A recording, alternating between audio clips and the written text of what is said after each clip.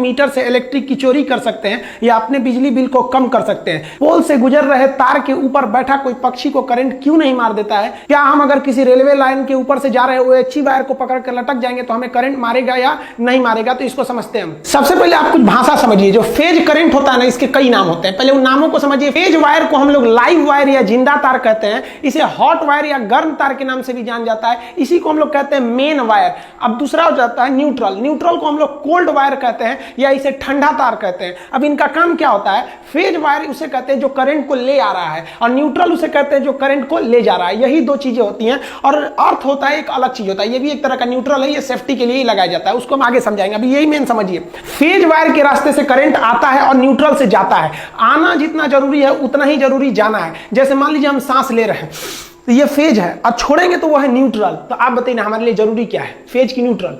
भैया एको को कम होगा ना तो हम मर जाएंगे, कि ऐसे थोड़ी होगा खाली फेजे पे रह जाएंगे, खाली इसे छोड़ते रहेंगे न्यूट्रल पे हो जाएंगे। तो फेज और न्यूट्रल दोनों जरूरी है। जैसे एक चोर जाता है चोरी करने के लिए, तो घुसले रह जाएगा अंदर तो सुबेरे पिटाएगा वो। मान लीजिए बिना घुसले निकल गया तो फिर फायदा क्या हुआ, उसको चोरी किए। तो चोर जाने का रास्ता वो फेज, और जिधर से कूद के भागेगा वो न्यूट्रल। दोनों जरूरी है, फेज और न्यूट्रल। तगड़ा कौन मारता है भैया? दोनों बराबर है। सुरक्षा के लिए हम फेज तार को हम रेड कलर से रंग देते हैं, और जो न्यूट्रल होता है इसे किसी अन्य कलर से रंग दिया जाता है। अर्थिंग वायर को हमेशा हम हरा रखते हैं। अर्थिंग को लास्ट में समझेंगे। यहां देखिए, ये लाल वाला तार फेज के लिए हो सकता है, ये न्यूट्रल में आप किसी को भी यूज कर सकते हैं, लेकिन याद रखिएगा हरा तार का प्रयोग हमेशा अर्थिंग में करते हैं। देखिए, जब तक आपके पास न्यूट्रल नहीं रहेगा ना, आपको बिजली का झटका नहीं लग सकता है। करंट कहता है कि हम चले जाएंगे, जैसे हमको लौटने का रास्ता मिल गया तभी हम करंट मारेंगे। अगर लौटने का रास्ता नहीं है ना तो हम करंट मारेंगे ही नहीं मारेंगे। तो जो ट्रांसमिशन लाइन आ रही होती है, इसमें न्यूट्रल जानबूझ के नहीं दिया जाता है कि गलती से भी कोई इसे टच कर जाए तो उसे केवल फेज मिले। अगर न्यूट्रल दे देंगे तो लौटने का रास्ता मिल जाएगा, उसे करंट मार देगा। इसमें देखिएगा यहां पर पक्षी बैठे हुए हैं, इन पक्षियों को करंट नहीं मारेगा क्योंकि ये केवल फेज पर बैठे हैं। न्यूट्रल मिलेगा तभी मारेगा। यहां इस पक्षी को देखिए, इसमें भी देखेंगे एक फेज है, ये 3 ठो फेज हो गया, और एक हम ब्लैक कलर से कर देते हैं और ये वाला हो जाएगा आपका न्यूट्रल। इस तीनों में से एक जो होता है, 4 में से एक जो होता है वो न्यूट्रल होता है। अब जैसे ये देखिए, ये पक्षी फेज पे बैठा है, ये भी फेज पे, ये भी फेज पे। 2 फेज वगैरह फेज पे बैठने से कभी करंट नहीं मारेगा, लेकिन जैसे ये न्यूट्रल पे टच हो जाएगा इसको करंट मार देगा। जैसे यहां देखिए ना, ये बकलोलवा को ये क्या किया, अपने पंजा से इसको पकड़े हुए है और ठोड़ से, चोंच से इसको पकड़ लिया है। लेकिन मान लिया कि एक ठो ये वाला क्या है, फेज है, और दूसरा ये नीचे वाला न्यूट्रल है, तो यहां से इसके ठोड़ से तो करंट घुस जाएगा, और करंट जैसे पैर के पास आएगा उसको समझ गया कि अरे भैया जाने का रास्ता मिल गया, न्यूट्रल मिल गया, मार इसको, झनाक से उड़ जाएगा। या फिर ऐसा भी हो सकता है कि नीचे वाला फेज हो, ऊपर वाला न्यूट्रल, तो नीचे पैर के रास्ते करंट घुस जाएगा, और ठोड़ के रास्ते से देख लेगा कि जाने का रास्ता है तो मार देगा इसको, इस ससुरा मरेगा ये। अगर ये फेज और न्यूट्रल पर बैठा है तब देखेंगे तो एक कौवा यहां बैठा हुआ है, ये कौवा फेज पर बैठा हुआ है, तो इसको करंट नहीं मारेगा क्योंकि न्यूट्रल नहीं है इसके पास। लेकिन ये आदमी को देखिए, बकलोलवा को, अपने जमीन पर खड़ा है, तो जमीन से इसको न्यूट्रल मिल जाएगा क्योंकि करंट को जाने के लिए न्यूट्रल जमीन है। सबसे बड़ा न्यूट्रल जो होता है वो जमीन होता है, तो ये तो न्यूट्रल ऑलरेडी है, और इसके ऊपर से ये किसी लोहे के छड़ द्वारा इसको छू दिया है, तो ये तो छू के ले आया है किसको, ये तो लेके आ रहा है फेज को, अपने पैर जमीन पे खड़ा है, मिल गया न्यूट्रल, फेज न्यूट्रल मिल गया, मारेगा इसे, मरेगा ये। देखिए, रेलवे का जो ओवरहेड इक्विपमेंट OHC वायर गया रहता है, अगर आप इस वायर को पकड़ के लटक जाते हैं तो आप तो केवल एक फेज बन गए, मतलब करंट जो है वायर से आपके शरीर में आ गया है, लेकिन आपको झटका नहीं मारेगा क्योंकि झटका मारने के लिए उसको चाहिए न्यूट्रल। आपको न्यूट्रल नहीं है। आप कहेंगे तो ट्रेन कैसे चल जाती है, तो ट्रेन जो होती है ऊपर से लेती है फेज, और उसके रास्ते उसके मोटर में आता है करंट, और चक्का जो होता है उसके इस रेल पटरी पर रहता है, और जगह जगह से रेल पटरी को जमीन से जोड़ा गया रहता है वायर द्वारा, तो पटरी से मिल जाता है न्यूट्रल और ट्रेन चल जाती है। अगर कोई इलेक्ट्रिक मिस्त्री पोल पर चढ़ा होता है तो वो अपने हाथ में रबड़ का ग्लव्स पहने रहता है जो इंसुलेटर का काम करता है। साथ ही अगर आप देखेंगे तो इसमें ये एक तो ये फेज हो गया है 3 ठो, और ये वाला एक हो गया न्यूट्रल। तो ये देखिए, ये केवल इन फेज के पास में है, न्यूट्रल पे नहीं है। इसको करे, जहां ये न्यूट्रल को टच करेगा इसको भी मार देगा। तो आपको न्यूट्रल पे बच के रहना है। ट्रेन के ऊपर अगर आप चढ़ जाते हैं कोई दिक्कत नहीं है। ट्रेन के ऊपर चढ़ के अगर OHC को पकड़ लिए तब तो मारेगा ही आपको, क्योंकि ट्रेन जो है वो जमीन से टच में, आपको मिला है न्यूट्रल और ऊपर से ले लिए फेज, आपको उड़ा देगा, उड़ जाएंगे आप तुरंत। लेकिन अगर आप लटक के झुलवा झूल रहे हैं तो कोई दिक्कत नहीं है, आप झुलवा झूलिए, किसी पे इस पे झूलिए, लेकिन याद रखिए झूला झूलते समय ना अगर आप न्यूट्रल पे टच हुए ना तो झुला देगा अच्छा से। कोई इलेक्ट्रिक मिस्त्री आपके घर काम करने आता है तो होशियार रहता है ना, तो वो दस्ताना पहन लेता है रबड़ का ताकि करंट ना आ पाए। अब इसको देखिए, ये होशियार है, और ये बकलोलवा को देखिए, ये ऐसे ही नंगे हाथ से ऐसे छू रहा है, और ये पकड़ लिया फेज वगैरह को। अब देखिए ये क्या करते हैं, होशियार होते हैं इलेक्ट्रिक मिस्त्री, चप्पल उतार देते हैं ऐसे, और चप्पल के ऊपर खड़े हो जाते हैं। जानते हैं कि चप्पल पहनेंगे तो कहीं हल्का सा भीगा हुआ होगा तो ग्राउंड पे टच होने की संभावना ज्यादा रहती है, तो उतार के ऊपर बैठ जाते हैं कि नीचे तो ग्राउंड में टच नहीं होंगे। अब काम कर रहे होते हैं सब, तो ये टच भी कर लेते हैं ना, तो फेज आ गया इनके शरीर में। अब इनका शरीर भी भी एक तरह से फेज बन गया है, लेकिन चप्पल के ऊपर खड़े हैं तो इन्हें करंट नहीं मारेगा। और बाकी लोगों से कह देते हैं कि बाबू हमको टच मत करना है, क्योंकि जानते हैं कि बबुआ अगर टच करेगा तो वो जमीन पे खड़ा है, वो बन जाएगा न्यूट्रल और उड़ा देगा उसको। तो अगर आप उसको टच कर लेते हैं तो वो तो था फेज। आप जैसे इसको टच किए हैं, आपका पैर जमीन पे है और अगर जमीन के संपर्क में आ गया, नंगे पर हैं आप या फिर भीगा हुआ है, तो फिर मार देगा, वो हो जाएगा जाने का रास्ता न्यूट्रल। अब जमीन हो गया न्यूट्रल और तार हो गया आपका फेज, और आप मिस्त्री और वो दोनों लोग क्या हो गए, बॉडी बन गए लोग, आप लोग को उड़ा देगा। तो ये मिस्त्री जो है, ये देखिए, ये होशियार भी है, स्मार्ट भी है, इससे जुड़ा कर्मफोर है। अर्थिंग समझिए क्या होता है। अर्थिंग का यूज केवल सेफ्टी के लिए किया जाता है। जैसे मान लीजिए कि यहां से करंट आ रहा है, तो रेड वाला फेज है वो ला रहा है और न्यूट्रल है ब्लैक वाला, तो आप इसमें से इसको खोसिएगा तो करंट लेके आएगा, और करंट इस फ्यूज में गया है। तो देखिए यहां से तो रेड वाला करंट है, ये तो आ गया फेज, और इसको चालू कर देगा फ्रिज को, और लौटने का रास्ता ये न्यूट्रल से ये लौट जाएगा। लेकिन जब कभी कोई इक्विपमेंट ज्यादा काम कर देते हैं, पुराने हो जाते हैं, तो हो सकता है कि यहां पर तार कहीं घिस गया हो पुराना होने से, और घिसने के बाद इसके बॉडी से टच हो गया हो। अगर इसके बॉडी से टच हो गया है तो देखिए ये आ रहा है तो फेज, और लौटने के लिए न्यूट्रल भी है, लेकिन कुछ यहां लीकेज करंट भी है। सब लीकेज करंट होने की वजह से ये जो फ्रिज है ये एक तरह का आपका फेज बन गया है। अभी देखिए एक्सेसरी जा रही है खोलने के लिए, जैसे खोलेगी तो ये जो है इसके पे क्या चलाएगा, करंट आ जाएगा, आई उधी आ जाएगी। इसका जमीन पे पैर टच है, जूता पहनी है, ये उतार देते हैं जूता, इसका जूता उतार दिए। अब देखिए ये नीचे है, इसका तो संपर्क हो गया नीचे से, अब यहां से जो करंट आया था वो न्यूट्रल में तो चला गया, लेकिन लीकेज करंट जो था इस फ्रिज के रास्ते से इस सूरी की बॉडी में चला आया, और इसका पैर नीचे था, इसलिए इसको जाने का भी रास्ता मिल गया, इसको मारेगा, ये उधिया जाएगी। तो इस लीकेज करंट से बचने के लिए हम चाहते हैं कि जिस तरह से फेज को लौटने के लिए एक न्यूट्रल था, उसी तरह लीकेज करंट को लौटने के लिए भी कोई ना कोई रास्ता होना चाहिए। तो लीकेज करंट को लौटने के लिए जो रास्ता होता है उसे हम कहते हैं अर्थिंग। जैसे मान लीजिए कि इसी फ्रिज से यहां एक वायर को ले आके जमीन में ऐसे कर देते तो वो क्या हो जाता है, अर्थिंग हो जाता है। अर्थिंग का साइन ऐसे ही बनाया जाता है, बड़ा से छोटा करते हुए जाया जाता है, अर्थिंग करंट। अब इससे क्या होगा, जो फेज आया था वो न्यूट्रल से चला गया,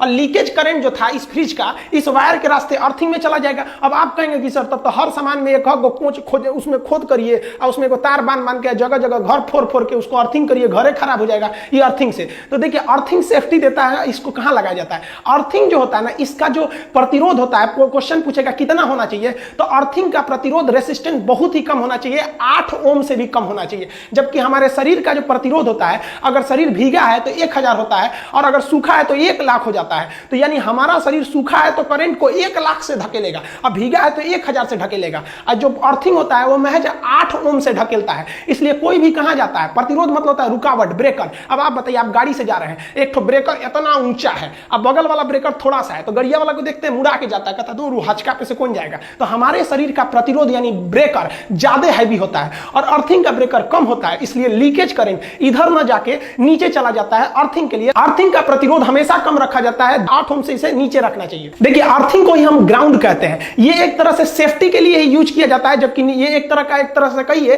तो जो लीकेज करंट है उसे वापस जाने के लिए रास्ता दे देता है। अर्थिंग वायर हमेशा और हमेशा हरा रंग का रहना चाहिए। इसे 10-15 फीट जमीन के अंदर गाड़ दिया जाता है, एक प्लेट को, तांबे का प्लेट, और उससे एक तो रॉड निकाला जाता है, उसमें कोयला, चारकोल, नमक को डाल दिया जाता है ताकि अच्छे से गल के उसमें वहां पे मॉइस्चराइजर बनाया रहे। और उसके बाद एक रॉड निकाल दिया जाता है। रॉड से क्या किया जाता है कि एक रॉड से एक हरे रंग का अर्थिंग वायर को लाते हैं, और इस अर्थिंग वायर को ले आके ये जो एक्स्ट्रा ऊपर वाला छेद दिया रहता है ना, इसी में जोड़ देना चाहिए अर्थिंग वायर को ले आके।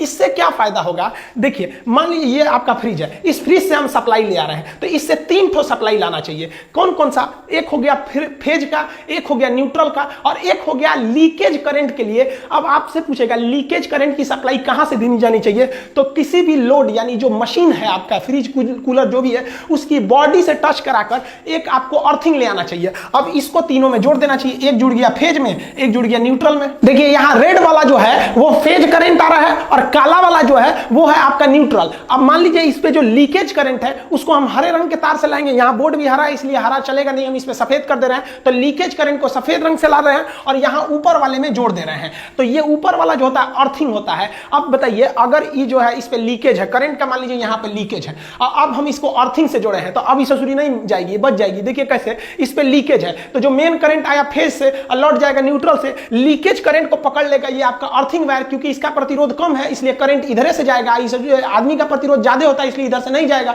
और ये होते हुए इस प्लग में चला जाएगा, और इस बड़े वाले को हम लोग ऊपर वाले में खोस देते हैं, और ये इस रास्ते से जमीन में चला जाएगा। जाएगा, अतः लीकेज करंट गया जमीन में। जमीन सबसे बड़ा चार्ज सिंक है, इसमें कितना भी वोल्ट का करंट दे दीजिए ये सोख लेता है। तो ये हो गया आपका अर्थिंग वायर। अब क्वेश्चन पूछता है कि अर्थिंग का जो ये वाला पिन होता है ये मोटा और सबसे लंबा क्यों बनाया जाता है? तो देखिए हम ये इसमें क्यों बनाया जाता है, जैसे मान लीजिए कि हम इसमें खोसे इसमें, तो हमको सबसे ज्यादा जरूरी क्या है कि फ्रिज भले देर से चले लेकिन करंट ना मारे, इसलिए अर्थिंग वायर को लंबा बनाते हैं कि पहले ही ये किसमें घुस जाए, प्लग में घुस जाए। और जैसे डालेंगे पहले प्लग में घुस जाएगा तो सबसे पहले ये प्लग जो है ये किससे संबंधित है, ये अर्थिंग वायर से संबंधित है। और ये किसको लेके आ रहा है, लीकेज करंट को। तो जैसे घुसाएंगे तो सबसे पहले लीकेज करंट को भेज दिया, और लीकेज करंट को भेज दिया उसके बाद ये दोनों का साइज सेम होता है, ये घुसेगा तब इसको देगा फेज और न्यूट्रल। पता चला पहले ही फेज दे दिए अब बाद में लीकेज को ले जा रहे हैं, उसी बीच कोई छू लेगा तो उसको धमाक से उड़ा देगा। इसे मोटा बनाने का दूसरा एक और रास्ता है कि हमें अर्थिंग करंट का जो रेसिस्टेंस जो प्रतिरोध है उसको कम रखना है, क्योंकि करंट धड़ाक से चला है प्रतिरोध कम होने की वजह से। प्रतिरोध कम करने के लिए किसी भी वायर को मोटा किया जाता है, तो जानबूझ के इसे मोटा कर दिया जाता है कि इसका प्रतिरोध घट जाए और उधर से लीकेज करंट फटाक से चला। इसमें इसे मोटा करने का एक और रीजन है कि इसको अगर आप मोटा कर देंगे तो अर्थिंग वायर जो है वो कभी भी फेज वाले में नहीं जाएगा और ना ही न्यूट्रल वाले में जाएगा, क्योंकि अर्थिंग का जो रेसिस्टेंस होता है वो बहुत ही कम होता है, उसे फेज और न्यूट्रल में नहीं जाने देना चाहिए। तो ये तीन रीजन है इसको मोटा बनाने का। देखिए अर्थिंग जो होता है वो दो तरह से लगाया जाता है। एक सरकार की अर्थिंग होती है जो सरकारी लाइन से आती है, वो हर जगह अवेलेबल नहीं है, और कुछ ऐसी अर्थिंग होती है जो व्यक्ति खुद से लगा लेता है। जैसे आप इस एग्जांपल में देखिए कि ये पावर सब स्टेशन है, इसमें आपको दो तीन ठो लाइन दिख रही होगी रेड कलर की जो आपकी फेज लाइन है, एक ग्रीन कलर की जा रही है जो अर्थिंग है, काले रंग की जा रही है जो न्यूट्रल है। अब ये वाले घर वाले भाई साहब क्या किए हैं, आप ध्यान दीजिए कि वाले इस वाले से क्या ले लिए हैं, फेज ले लिए हैं, एक न्यूट्रल ले लिए हैं, एक अर्थिंग ले लिए हैं। इनको फेज भी मिल गया, जाने का रास्ता न्यूट्रल भी मिल गया, इनमें घर में किसी को करंट भी मारेगा तो ये अर्थिंग में चला जाएगा, ये घर सुरक्षित है। लेकिन ये वाले भाई साहब को देखिए, ये अर्थिंग लाइन से अर्थिंग लिए ही नहीं है, लाल वाले से फेज ले लिए हैं, काले वाले से न्यूट्रल ले लिए हैं, लेकिन ये भी बंदा होशियार है, ये अपना पर्सनल अर्थिंग लगा के रखा है। देखिए यहाँ पे इसने क्या लिया है, पर्सनल अर्थिंग, तो ये भी बच जाएगा। ये सरकार का फायदा उठा रहा है, ये अपने दिमाग का फायदा उठा रहा है। बकलवा को देखिए, सब स्टेशन से आया लाइन 3 फेज जा रहा है, एक ठो फेज ले लिया अपने घर में और एक ठो न्यूट्रल ले लिया जाने के लिए, और सरकार इस एरिया में अर्थिंग दी ही नहीं थी और यो ससुरा अपने घर में अर्थिंग नहीं लगाया तो उड़ेगा इसके यहाँ करंट मारेगा किसी को तो झनाक से उड़ेगा ही। देखिए हमारे यहाँ जो डिस्ट्रीब्यूशन लाइन होते हैं उसमें 3 फेज दिए जाते हैं, यानी ये देखिए 3 लाइन दी जा रही है। ये फेज इसलिए दिए जाते हैं कि सब स्टेशन पे लोड कम पड़े। मान लीजिए किसी मोहल्ले में 300 घर है तो क्या किया जाएगा, हर फेज से 100 घर को सप्लाई दे दी जाएगी, तो हर एक फेज पर लोड ज्यादा एकदम सेम रहेगा तो मोहल्ले में बिजली सेम रहेगी। लेकिन क्या किया जाता है ना, कभी कभी लोग किसी घर में ज्यादा लोड है, किसी घर में कम लोड है, किसी मोहल्ला में पता चला 2 फैक्ट्री लग गई तो उसके वाले पर लोड ज्यादा हो जाएगा तो उधर जो वोल्टेज होगा टिमी टिमी रहेगा, तो लोग उस फेज से हटा के दूसरे फेज में लगा देते हैं। तो ये ना हो इसलिए हम लोग ज्यादातर फेज को डिस्ट्रीब्यूट कर देते हैं। लेकिन हमारे यहाँ बिहार में यूपी वगैरह में क्या होता है ना, चोरी लोग कर लेते हैं। अक्सर हर जगह लोग थोड़ा बहुत चोरी कर लेते हैं। क्या करते हैं, वो टोक फंसा लेते हैं। देखिएगा ना कोई बोतल वोतल रहेगा तेल उल का तो उसको आधा काट के उसमें तार में फंसा के इस तरह से टोकन फंसा लेंगे लोग और उसमें इसमें डाल देंगे फेज में और एक तो न्यूट्रल में ले लीजिए, फेज ले लेगा, घर से ही न्यूट्रल अर्थिंग बना सकता है वहां पर। और उससे क्या होता है, तब ये सब स्टेशन पर लोड ज्यादा हो जाता है। पता चला इसने 100 घर को डिस्ट्रीब्यूट किया था और किसी एक फेज में 50 तो घर वाले टोक फंसा के चोरी करने लगे हैं लोग। अब भाई चोरी करेंगे तो उस पर एक्स्ट्रा लोड आ जाएगा, तो इस एक्स्ट्रा लोड से लिए कई बार छापा पड़ता है तो ये लोग क्या करते हैं, उतार लेते हैं, कहते हैं हमारे यहाँ तो लाइटें नहीं है। देखिए जो हाई टेंशन लाइन होती है, जो जहां से ट्रांसमिशन होके आ रही होती है, उसको हम लोग डेल्टा में जोड़ते हैं। डेल्टा ऐसे कनेक्शन को कहते हैं जिसमें से न्यूट्रल नहीं गया रहता है, यानी अगर डेल्टा में जुड़ा है तो न्यूट्रल ही नहीं है, आप उसको करंट ले लेंगे लेकिन कोई काम नहीं कर पाएंगे और ना ही आपको झटका मारेगा, क्योंकि डेल्टा में न्यूट्रल नहीं होता है, आपको न्यूट्रल देना पड़ेगा। तो जो हाई वोल्टेज होते हैं यानी स्टेप अप करंट या ट्रांसमिशन लाइन, वो डेल्टा में जुड़ा होता है। लेकिन जब वो सब स्टेशन पे पहुंचता है तो उसे स्टेप डाउन करके उसे हम लोग कहते हैं लो वोल्टेज और उसके बाद डिस्ट्रीब्यूट करते हैं। तो डिस्ट्रीब्यूशन लाइन आपको स्टार कनेक्शन में होता है। स्टार कनेक्शन में 3 फेज के साथ साथ एक न्यूट्रल भी होता है। क्वेश्चन कहेगा कि जो स्टेप डाउन ट्रांसफार्मर होते हैं वो कौन से होते हैं, तो वो डिस्ट्रीब्यूशन के लिए होते हैं, उनका वोल्टेज कम होता है। कम वोल्टेज पे ही हम लोग को काम चलाना रहता है अपने घरों का 240-230 वोल्ट के आसपास में, तो वो स्टार में रहते हैं। लेकिन high tension line, high voltage, step up वाले डेल्टा में रहते हैं। ये अलग से हम पढ़ाएंगे आपको डेल्टा और स्टार में और क्या होता है जंपर पिन इनसे इसको कनेक्ट करने के लिए। तो इस तरह से हमको आता है डेल्टा से ट्रांसफार्मर दे देता है स्टार। अब हमको जो मिलते हैं, देखिए कोई भी चीज कभी कभी सुने होंगे कि ये 3 फेज का है, ये सिंगल फेज का है, तो सिंगल फेज की चीज कमजोर रहते हैं और 3 फेज की चीज बहुत शक्तिशाली रहते हैं। जैसे यहां से देखिए आपको 3 लाइन जा रही है, R/B ये फेज को दर्शाते हैं, N से हो गया न्यूट्रल। तो ये पंखा जो है एक नीले रंग का फेज लिया, एक काले रंग का न्यूट्रल लिया है, तो न्यूट्रल कॉमन बना दिया जाता है, एक ही रास्ता हो जाता है निकलने के लिए। तो ये पंखा कितने फेज का है? 1 फेज का। ये लाइट को देखिए, ये पीले वाले से लिया है फेज और काला वाले से न्यूट्रल, सबके लिए एक ही न्यूट्रल है काला वाला, तो ये भी सिंगल फेज का है। आप इस सॉकेट को देखिएगा तो इसमें लाल वाले से एक ठो ले लिया है फेज और काला वाले से लिया है न्यूट्रल, तो ये भी कितने फेज का है? सिंगल फेज का। लेकिन मोटर को बहुत ज्यादा मेहनत करना होता है, उतना पानी को पचतल्ला पे चढ़ाता है टंकी पे, तो सिंगल फेज पे उतना शक्ति नहीं हो पाएगा। तो इस ससुरा को देखिए 3-3 को फेज ले ले है, लाल वाले में से पीला नीला R/B तीनों फेज ले लिया है। फेज को हम लोग कोड भाषा में R/B कहते हैं, और एक तो न्यूट्रल लिया है। तो ये मोटर कितना फेज का है? 3 फेज का मोटर है। अब इसीलिए लोग कहते हैं ससुरा मोटर से करंट मारता है तो उड़ाइए देता है। अरे उड़ाइए कौन चीज देता है? मोटरवा ससुरा 1 फेज पे थोड़े चल रहा है, वो तो 3 फेज पे चल रहा है। तीनों फेज बा छुएगा तो उड़िएगा नहीं। लेकिन अगर वही कोई मोटर कम पावर का है, जैसे ये मोटरवा को देखिए ना, ऊपर से 3 ठो फेज गया है, लेकिन ये लिया है एक को नीला वाले से फेज, एक न्यूट्रल, तो ये तो सिंगल फेज का मोटर है, इससे करंट मारेगा ना आपको, तो उतना झटका नहीं मारेगा। लेकिन ये 3 फेज वाले से मारेगा ना तो उड़ाइए देगा आपको। आपके घर में जो सप्लाई आती है पोल से, डिस्ट्रीब्यूशन लाइन, हालांकि इससे पहले वाले वीडियो में हम आपको ट्रांसमिशन लाइन और डिस्ट्रीब्यूशन लाइन पढ़ा दिए हैं, उसमें 4 ठो वायर आएगा। देखिए यहाँ पे 3 वायर जो है वो फेज के लिए, 1 वायर जो है वो न्यूट्रल के लिए है। देखिए अगर आप सिंगल फेज का करंट लिए हैं, अपने घर में सप्लाई लिए हैं, तो 1 ठो आपको दे देगा फेज, एगो देगा न्यूट्रल, न्यूट्रल तो हर हाल में देगा। और 3 फेज का लिए हैं तो 4 गो तार आएगा, 3 ठो फेज आएगा, एगो न्यूट्रल आएगा। तो अब आप कहेंगे कि सर हम फेज लेते हैं और जला के न्यूट्रल से भेजते हैं, तो आप जैसे मान लीजिए यहाँ से लिए पोल पे से आपके मीटर में आया है 1 फेज 1 न्यूट्रल, और इधर से निकलेगा आपके घर में 1 फेज और न्यूट्रल, तो फेज से करंट जाएगा, न्यूट्रल से आएगा, मीटर को होते हुए पोल पे जाएगा। आप सोचेंगे ससुरा पोलवा पे से कहाँ चल जाता है? तो पोल पे से वो जाता है ट्रांसफार्मर के पास, और ट्रांसफार्मर में एक तार द्वारा उसे ग्राउंड करके अंदर भेज दिया जाता है। तो न्यूट्रल और ग्राउंडिंग में ज्यादा का अंतर नहीं है, ये अपने घर नहीं ले जाता है, वही ट्रांसफार्मर तक ले जाता है, वहां से ग्राउंड कर देता है। अब बिजली चोरी कैसे करते हैं लोग, देखिए मान लीजिए आपका सिंगल फेज का मीटर है, तो 1 फेज ले लिए, 1 न्यूट्रल ले लिए, तो ये इनपुट है, आउटपुट आपके घर में जाएगा 1 फेज 1 न्यूट्रल। तो चोरी करने वाला क्या करता है कि यहां से फेज ले जाता है और न्यूट्रल को बीच में रोक देता है, किसी कमरा के पास जाके न्यूट्रल को काट के टेप चिपका देता है। तो करंट तो इधर से गया, ये फ्रिज चलेगा नहीं चलेगा, क्योंकि केवल फेज मिल रहा है। पंखा चलेगा, फेज मिल रहा है, लेकिन ये ससुरा होशियारी कर देता है, यहां से इसको ले जाके एक इधर से ना अर्थिंग जोड़ देता है।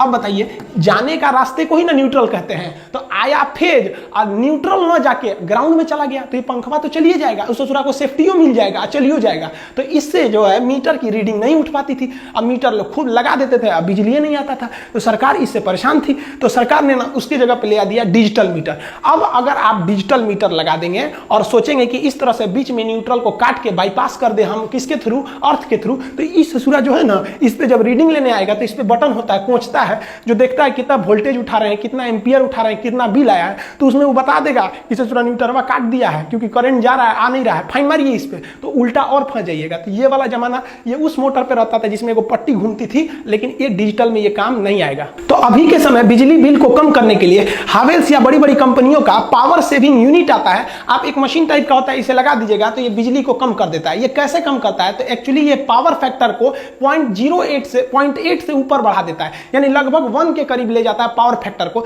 जिससे बिजली बच जाती है। अब ये पावर फैक्टर समझिए, देखिए पावर फैक्टर जो होता है सबसे बेस्ट पावर फैक्टर 1 को माना जाता है, 1। लेकिन पावर फैक्टर आपका घर में 1 नहीं रह पाता है, 1 से कम रहता है। तो 0.8 तक है ना, तो ठीक है, ये लगभग 1 के करीब है, लेकिन 0.8 से कम है, 0.7 है, 5 है, 2 है, तो आपका बिजली बहुत ज्यादा उठ रहा है। तो ये पावर फैक्टर को आपको 1 के करीब रखना है। 0.8 है तो ठीक है। कैसे होते हैं सब पावर फैक्टर? तो देखिए ध्यान से, जो हमारा लोड होता है, जो मशीनें को हम लोग यूज करते हैं, बल्ब वगैरह, वो 3 तरह के लोड होते हैं। एक होता है रेसिस्टिव लोड। रेसिस्टिव लोड उसे कहते हैं जिसमें लाइट और हीट उत्पन्न होती है, जैसे कोई बल्ब वगैरह हो गया, तो ये रेसिस्टिव लोड है, इसमें कोई भी चीज घूमने वाला नहीं होता है, तो ये ज्यादा बिजली नहीं उठा पाता है। लेकिन अगर आपका कोई इंडक्टिव लोड है, तो इंडक्टिव लोड में क्या होता है, कोई भी चीज घूमने वाली होती है, जैसे पंखा हो गया, मोटर हो गया, कोई भी चीज जिसमें कॉइल का प्रयोग होता है, घूमता है इंडक्शन के द्वारा, तो उसे कहते हैं इंडक्टिव लोड, इसमें कॉइल का प्रयोग होता है। तो ये जो होता है ना, ज्यादा बिल उठाता है। और सबसे कम उठाता है कैपेसिटिव लोड। कैपेसिटिव लोड उसे कहते हैं जिसमें इस तरह के छोटे छोटे कैपेसिटर लगे होते हैं। अब आप बताइए, ये मोटर है, क्या है? ये इंडक्टिव लोड। ये बल्ब वगैरह है, ये क्या है? Resistive load. और कैपेसिटर वगैरह लगे हैं तो सबसे कम बिजली बिल उठाता है। अब हम ये समझते हैं ससुरा ज्यादा क्यों उठा लेता है, तो जो अल्टरनेटिव करंट होता है ना, वो वेव की तरह चलता है, सांप की तरह। देखिए ये सांप चल रहा है ना, तो ये अल्टरनेटिव करंट है, और जो ट्रेन होती है ना वो डायरेक्ट करंट, अगर सीधे गया तो डीसी डायरेक्ट करंट, ऐसे ऐसे गया तो वो हो जाता है अल्टरनेटिव करंट। तो अल्टरनेटिव करंट बनाने वाला अल्टरनेटर और डायरेक्ट करंट बनाने वाला डायनेमो। तो डायरेक्ट करंट को डायनेमो को कहते हैं डीसी जनरेटर, अल्टरनेटर को कहते हैं एसी जनरेटर। तो जनरेटर का दो टाइप होते हैं, उसको नेक्स्ट वीडियो में कभी समझा देंगे। तो जो करंट होता है हमारे घर में एसी, वो सांप की तरह चलता है, तो इसे हम कहते हैं वेव। इसी को फ्रीक्वेंसी होती है। फ्रीक्वेंसी का मतलब होता है फेरा। तो हमारे घर में जो करंट आती है उसकी फ्रीक्वेंसी होती है 50। यहां आप देखिएगा सांप का दो फेरा दिखेगा, एक ये वाला फेरा हो गया और एक ये फेरा हो गया। तो इसकी फ्रीक्वेंसी कितनी दिख रही है? 2। लेकिन जो घर में करंट आ रहा होता है उसकी फ्रीक्वेंसी 50 होती है, यानी 1 सेकंड में वो 50 फेरा मार देता है वो। तो जो कभी देखिए इसमें भी जो करंट आता है हमारे घर में, उसमें दो चीजें होती है। एक होती है वोल्टेज, यानी जो प्रेशर जो बिजली को ढकेल रहा है, और एक करंट जो इलेक्ट्रॉन आ रहे हैं। तो करंट होता है और जो वोल्टेज होता है, उन दोनों का जो टर्म है, जो फेरा है, वो जो वेव है, वो एक के ऊपर एक रहना चाहिए, तभी अच्छा माना जाता है। तो जितने भी रेसिस्टिव आपके लोड होते हैं या कैपेसिटिव लोड होते हैं, इसमें देखिए यहां हम काले रंग से बना दिए हैं वोल्टेज और लाल रंग से बना दिए हैं आपका करंट। तो ये दोनों एक ही पर होते हैं, इसलिए आपका जो होता है पावर फैक्टर वो सेम होता है। इसलिए ऊपर नीचे रखिएगा तो कट के 1 आ जाता है, इसलिए इसे अच्छा माना जाता है, इसे भी अच्छा माना जाता है। लेकिन जब आप कभी कॉइल को लगाते हैं,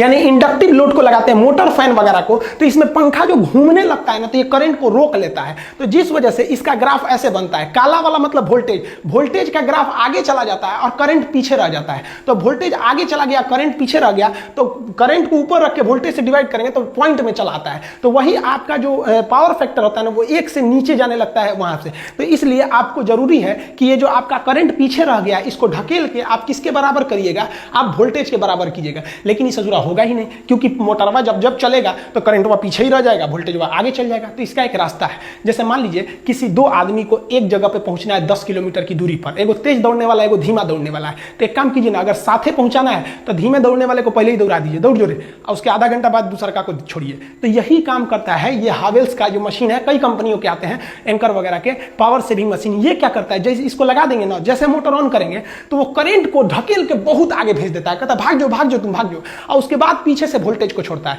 तो करंट का स्पीड धीमा था, वो धीरे धीरे जा रहा था, वोल्टेज पकड़ के उसको एक ही वेव बना देता है, जिस वजह से हमारा पावर फैक्टर लगभग 1 के करीब आ जाता है और हमें बिजली की बहुत ही ज्यादा बचत हो जाती है। आई होप आप समझ गए होंगे। अब नेक्स्ट वीडियो में हम समझा देंगे आपको एसी करंट और डीसी करंट में क्या अंतर होते हैं, मोटर में किस तरह से बनाए जाते हैं, शंट मोटर क्या होता है, सिंक्रोनस मोटर क्या होता है, ट्रैक्शन मोटर क्या होते हैं, सब कम्यूटेटर कहाँ होता है, अल्टरनेटर